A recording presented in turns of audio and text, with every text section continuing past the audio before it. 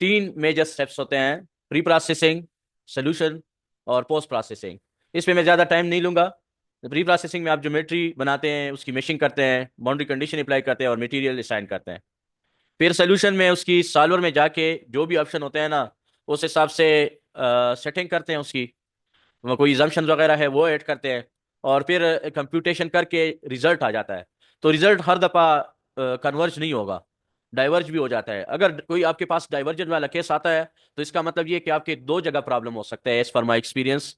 Either there is a problem in the your mesh और in boundary conditions. तो आपने फिर क्या करना है कि जो मेश और बाउंड्री कंडीशंस है, सबसे पहले उनको चेक करना है। अगर वहां से भी प्रॉब्लम रिजॉल्व नहीं हुआ तो फिर मजीद उसकी इन्वेस्टिगेशन करनी है। तो ये स्लाइड जस्ट इन तीन स्टेप्स को रिप्रेजेंट कर रहा है। मेश या ग्रिड इंडिपेंडेंस कल भी डिस्कस हुआ था कि जिस तरह हम लोग न्यूमेरिकल एनालिसिस में किसी भी क्वेश्चन को न्यूमेरिकली सॉल्व करते हैं, जिस तरह गॉस सीडल मेथड है या ट्रेपेजॉइडल रूल है, तो उसमें क्या होता है कि आइट्रेशंस चलते रहते हैं और जब डिजिट के बाद जो नंबर्स होते हैं वो अगर रिपीट होना स्टार्ट कर दे तो हमें बताया गया होता है कि इतनी एक्यूरेसी पे आपने स्टॉप करना है। तो exactly in the same way जब आप सिमुलेशन करते हैं तो आपका फोकस इस चीज पे होता है कि मेरा एक्यूरेसी भी एनफ हो और कंप्यूटेशनल टाइम भी कम लगे। तो इस तरह की जब सिलेक्शन हो जाती है, that is technically called optimal mesh. और वो ऑप्टिमल मेश के लिए आपको ग्रिड इंडिपेंडेंस करना पड़ेगा। ग्रिड इंडिपेंडेंस आप दो तरीके से कर सकते हैं। पहला मेथड ये है कि मैनुअल है, और दूसरा जो है ना दूसरा तरीका डायरेक्ट कंसोल के अंदर है। तो जो मैनुअल तरीका है, आप लोग हमेशा नॉर्मल या फाइन मेश से स्टार्ट करें। उसका फायदा क्या होगा कि फॉर एग्जांपल आप स्ट्रक्चर एनालिसिस कर रहे हैं और आपका आउटपुट स्ट्रेस है, वन माइस स्ट्रेस है। तो आप क्या करें कि पहले उसको नॉर्मल मेश पे चलाएं और मेश स्टैटिस्टिक में जाके नंबर ऑफ एलिमेंट्स को नोट कर दें। फिर number of elements versus one mice stress का आप क्या करें कि लाइन प्लॉट में एक डेटा सेट आ जाएगा। इसी तरह दूसरे के लिए थोड़ा सा पॉइंट करे, थोड़ा सा मजीद पॉइंट करे। तो एट द एंड क्या होगा कि जब आप चार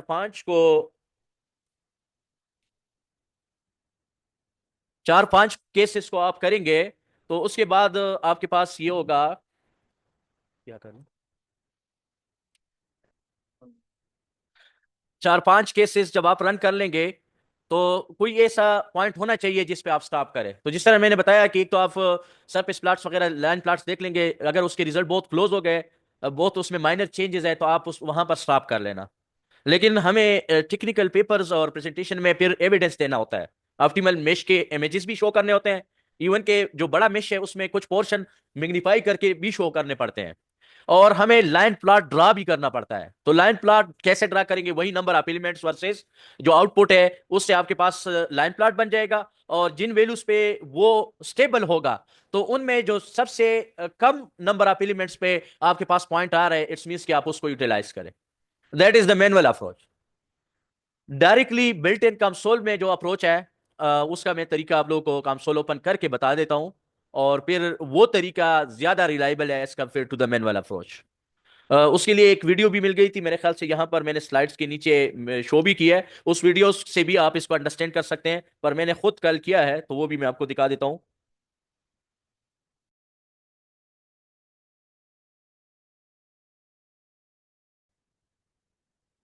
अब चूंकि मैंने तो ये सिमुलेशन रन करके पूरा फाइल बना लिया है, लेकिन आप लोगों को डिटेल स्टेप बता देता हूं। तो आप लोग अगर इधर ट्राई करना चाहते हैं तो आप लोग खुद अपने कंसोल से ट्राई कर सकते हैं। करना क्या होगा कि पहले आपने मेश कर दिया।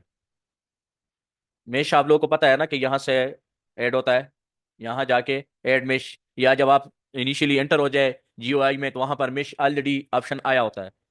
तो आपने मेश में जस्ट ये काम करना है कि ये वाला जो ऑप्शन है चेंज करना है। जो फिजिक्स कंट्रोल मेश है उसको कन्वर्ट करना है यूजर कंट्रोल मेश में। और जब ये आपके पास आएगा तो ये जो जितने भी ऑप्शंस है, size, size one, pre tetrahedral, ये ऑप्शन इसके बाद खुद ही अपियर हो जाएंगे। लेट से अगर मैं इसको चेंज करता हूं तो ये डिसअपियर, ये देखिए ना डिसअपियर हो गए। लेकिन जैसे ही मैं इसको इसमें दोबारा कन्वर्ट करता हूं तो ये अपियर हो जाएंगे। अब आपने क्या करना है कि यहां पर साइज में जाके जो मैक्सिमम एलिमेंट साइज है ना उसको पैरामीटर में कन्वर्ट करना है। पैरामीटर का क्या मतलब है कि एच डैश मैक्सिमम, जरूरी नहीं है आप हर दफा ये नाम लिखे। आप कोई भी अल्फाबेट लेके और उसी अल्फाबेट को पैरामीटर लेस में डिफाइन करना पड़ेगा। फॉर एग्जांपल कहाँ पर डिफाइन करना पड़ेगा, यहाँ पर। ठीक है, यहाँ पर मैंने एच मैक्सिमम और उसकी वैल्यू 5 रखी। इसका मतलब ये कि जब ये इस तरह डिवाइड होगा मेश में, तो इसमें जो ये जो डिवीजन है, जहां पर ये पॉइंट्स बनते हैं, that are called discrete points, कल भी डिस्कस हुआ था। और जो अगर मैं मैग्नीफाई करूँ थोड़ा सा, तो ये बेसिकली ये एक जो है ना 2D सरफेस, ये जो नजर आ रहे हैं ना, जो ट्राइंगुलर शेप का है, दैट इज बेसिकली एलिमेंट। अगर 2D सरफेसेज है तो उसमें 2D एलिमेंट कंसिडर करना होगा। अगर 3D ऑब्जेक्ट है और टेट्राहेड्रल आपने की है, तो उसमें पूरा फिर 3D ऑब्जेक्ट जो है ना क्या कहलाएगा, नंबर ऑफ एलिमेंट कहलाएगा। तो यही नंबर ऑफ एलिमेंट्स के हिसाब से इसका मतलब यह है कि एच की वैल्यू आप कंट्रोल कर रहे हैं। बाकी चीजें आपने बाय डिफॉल्ट वैसे के वैसे रखनी है, कोई और चेंजेस करने की जरूरत नहीं है। उसके बाद आप क्या करेंगे कि एक लाइन प्लॉट यहां से रिजल्ट्स में जाके यहां से एक लाइन प्लॉट डिफाइन करना पड़ेगा, जिस तरह मैंने ऑलरेडी डिफाइन किया हुआ है। ये वाला लाइन प्लॉट है, ये वाला लाइन प्लॉट मैंने डिफाइन कर दिया, और उसके नीचे पॉइंट ग्राफ डिफाइन कर दिया। तो उसके ये पॉइंट ग्राफ भी डिफाइन करना मुश्किल काम नहीं है, इसके ऊपर राइट। उसके बाद इस लाइन प्लॉट के ऊपर जब मैं राइट क्लिक करूंगा, तो मेरे पास 2-3 ऑप्शन आ रहे हैं। यहां पर मैं इसको हिस्टोग्राम का ऑप्शन भी दे सकता हूं, लाइन सेगमेंट का भी देख सकता हूं, टेबल का भी देख सकता हूं, ग्लोबल पैरामीटर का भी देख सकता हूं, कोई भी दे सकता हूं। तो इस केस में मैंने पॉइंट का दिया है। ठीक है, तो वो पॉइंट वाला जो ऑप्शन है, सॉरी ये दोबारा मिक्स हो गया, यहां पर ये वाला पॉइंट वाला जो ऑप्शन है, वो इसमें ये वाला पॉइंट आ जाएगा। इसको मैं यहां से क्लिक करके देखता हूं, तो ये पॉइंट भी आपको अपने डिजायर पोजीशन पे आप इसको डिफाइन कर सकते हैं। जहां पर आप मिशन डिफेंडेंस देखना चाहते हैं, जिस तरह मैंने कल एक्सप्लेन किया था कि पॉसिबिलिटी है कि आपकी ज्योमेट्री बहुत ज्यादा हेवी है और आपको कोई खास पोर्शन पे रिजल्ट एक्यूरेट चाहिए, तो आप सिर्फ उस पोर्शन की बहुत फाइन मिशिंग करें और बाकी जो डोमेन है उनकी रफ मिशिंग करें। तो लेट्स से मुझे ये वाला जो पॉइंट है यहां पर चाहिए था, फॉर एग्जांपल यहां पर चाहिए था, तो आपको पता होना चाहिए कि ये पॉइंट बाय डिफॉल्ट नहीं आएगा। जब ये पॉइंट बाय डिफॉल्ट नहीं आएगा, तो मैंने कल तरीका सिखाया था कि आप लोगों ने ज्योमेट्री में जाना है, इस ज्योमेट्री में, और इसके ऊपर राइट क्लिक करना है, और फिर मोर प्रिमिटिव में ये सारे ऑप्शन यहां पर नजर आ रहे हैं। तो ये पॉइंट आप यहां से सेलेक्ट कर सकते हैं। थोड़ा सा जो नया स्टूडेंट है, उनको चूंकि इतनी एक्सपीरियंस नहीं है, तो उसको ये मसला आया कि उसने पॉइंट डिफाइन भी किया, लेकिन फिर भी वो विजिबल नहीं था। उसके लिए क्या है कि आपको दोबारा सिमुलेशन रन करनी होगी। वंस आप दोबारा रन करके कंप्यूट करेंगे, तो फिर आपके पास ये पॉइंट रिजल्ट पोर्शन में भी विजिबल हो जाएगा, अदरवाइज विजिबल नहीं होगा। दूसरी, मैंने आप लोगों को कल भी ये गाइडलाइन दी थी कि जब आप सोल्यूशन को री रन करते हैं, तो सोल्यूशन में जाके उसको इनिशियलाइज करें और फिर कंप्यूट करें, अदरवाइज जो पुराने रिजल्ट है वो भी आपको शो हो सकते हैं। और ये भी पॉसिबिलिटी है कि जो हिस्ट्री है पुराने रिजल्ट्स की, वो उसमें मिक्स होकर आपकी रिजल्ट मिस इंटरप्रेट हो सकते हैं। तो हमेशा आप लोगों को इनिशियलाइज इसको करना पड़ेगा। अब जब आपने ये पॉइंट भी डिफाइन किया और आपने लाइन प्लॉट भी बना ली, तो आप उस हिसाब से क्या करें कि यहां पर इसको फ्लैट करें इस तरह। ठीक है, तो ये आप देख सकते हो किस तरह इसका लाइन प्लॉट हो आपके पास आ जाएगा। आपने क्या करना है कि फॉर एग्जांपल मैं यहां पर देखता हूं कि पैरामीट्रिक स्वीप मुझे ऐड करना पड़ेगा। तो पैरामीट्रिक स्वीप, जस्ट स्टडी में जाए और इसमें राइट क्लिक करके ये पैरामीट्रिक स्वीप आ जाएगा। पैरामीट्रिक स्वीप का ऑप्शन आपके पास ये आ गया। तो इसमें यहां पर अगर मैं देखता हूं, चूंकि मैंने सिर्फ एक पैरामीटर अभी डिफाइन किया है, लेट्स से अगर मैंने काफी सारे पैरामीटर डिफाइन किए हैं, तो इनमें बाकी पैरामीटर भी इधर मुझे शो होंगे।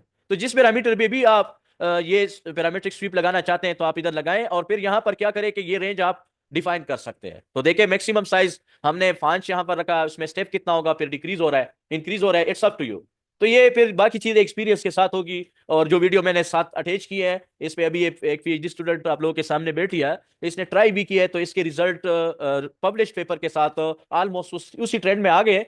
अब तरीका इस जो मैंने अभी सिखाया है ऑटोमेटिक प्लॉट का, और उस वीडियो में सिखाया है, तकरीबन मिलता जुलता है। वो वीडियो मैंने अभी खुद नहीं देखी है, वो मैं खुद देखूंगा, तो होपफुली नेक्स्ट टाइम जो मैं वर्कशॉप करूंगा, फिर इन दोनों का कॉम्बिनेशन है हाइब्रिड, उससे भी अच्छा सोल्यूशन निकाल के आप लोगों को प्रेजेंट करेंगे। ठीक है, तो जब ये चीजें आपके पास आ जाएंगे, तो ये फ्लैट आएगा। अब इसमें जो मेरा अभी अप्रोच है, इसमें ये मसला आ रहा है कि जो नीचे है एच मैक्सिमम, ये आपके maximum element size different different जो मैंने उसको रेंज दिया है, उस रेंज के अंदर जो है ना मुझे वैल्यू दे रहा है। ठीक है, अब ये जो है ना क्या रिप्रेजेंट करेगा, अगर मेरे पास एच मैक्सिमम की वैल्यू 1 है, तो आप उस केस में मेश के ऊपर राइट क्लिक करके मेश स्टैटिस्टिक में जाके चेक कर सकते हैं कि अगर मैं वैल्यू 1 करूं तो मेश नंबर ऑफ एलिमेंट क्या होगा। तो आप एच मैक्सिमम और आउटपुट के दरमियान भी ग्रेड इंडिपेंडेंस जो प्लॉट है उसको रिप्रेजेंट कर सकते हैं, इसमें भी कोई मसला नहीं है। लेट से अगर आप इस एच मैक्सिमम को ओरिजिनल जो नंबर ऑफ एलिमेंट्स है उस पर रिप्लेस करें तो तब भी मसला नहीं है। वो नंबर ऑफ एलिमेंट कहां से आएंगे, जिस तरह अभी जो है ना इनिशियली मैंने एच की वैल्यू जो है ना क्या डिफाइन किया है, यहां पर मैंने 5 डिफाइन किया है। तो जो इनिशियल मेश है उसका अगर मैं यहां पर राइट क्लिक करके मैं स्टेटिस्टिक में जाऊंगा तो हमारे पास क्या आएगा, स्टेटिस्टिक्स में जाके यहां पर आप देख सकते हैं ये नंबर ऑफ एलिमेंट है। तो आप 5 को इस नंबर ऑफ एलिमेंट से रिप्लेस कर ले। सेकंड के लिए फिर क्या करना पड़ेगा कि मैन्युअली यहां पर साइज को 5 से कम कर दे और फिर मेश स्टेटिस्टिक चेक कर ले, फिर चेक कर ले, फिर चेक कर ले। 2 मिनट में आपकी मेश जनरेट होकर स्टेटिस्टिक वाली वैल्यू आ जाएगी। तो इट्स मीन्स के आप दोनों तरीके से इसको रिप्रेजेंट कर सकते हैं। तो this was the automatic technique जिसके थ्रू आप जो है ना ग्रिड इंडिपेंडेंस प्लॉट जनरेट कर सकते हैं। अभी तक अगर इसमें कोई क्वेश्चन हो।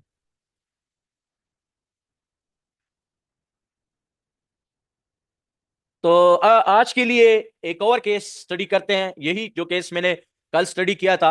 कुछ चीज़ें मैंने डायरेक्ट बता दी है, लेकिन चूंकि कल कुछ ऑनलाइन सेशन में कुछ पार्टिसिपेंट्स को वाइट बोर्ड नज़र नहीं आ रहा था या थोड़ा सा इशू था, तो एक केस मैं आज आप लोगों के सामने सॉल्व करता हूँ। कैंटिलीवर बीम जिसका एक एंड फिक्स होगा और एक फ्री होगा, और उसके ऊपर टॉप सरफेस पे लेट से कोई भी लोड आप प्रोवाइड कर रहे हैं, कोई लोड अप्लाई कर रहे हैं, तो लाजिम बात है आप लोगों ने इंजीनियरिंग कंसेप्ट यही है कि ये अगर कैंटिलीवर बीम है इसका ये फिक्स्ड है और इस पे इस यहाँ पर मैं बाउंड्री लोड अप्लाई कर रहा हूँ जिसको यूनिफॉर्मली डिस्ट्रीब्यूटेड लोड बोलते हैं, तो व्हाट विल हैपन, ये इस तरह बेंड होगा।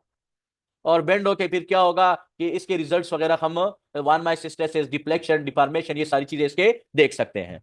तो ये वाला जो केस है ये बहुत इजी। फॉर एग्जांपल मैं इसी फाइल को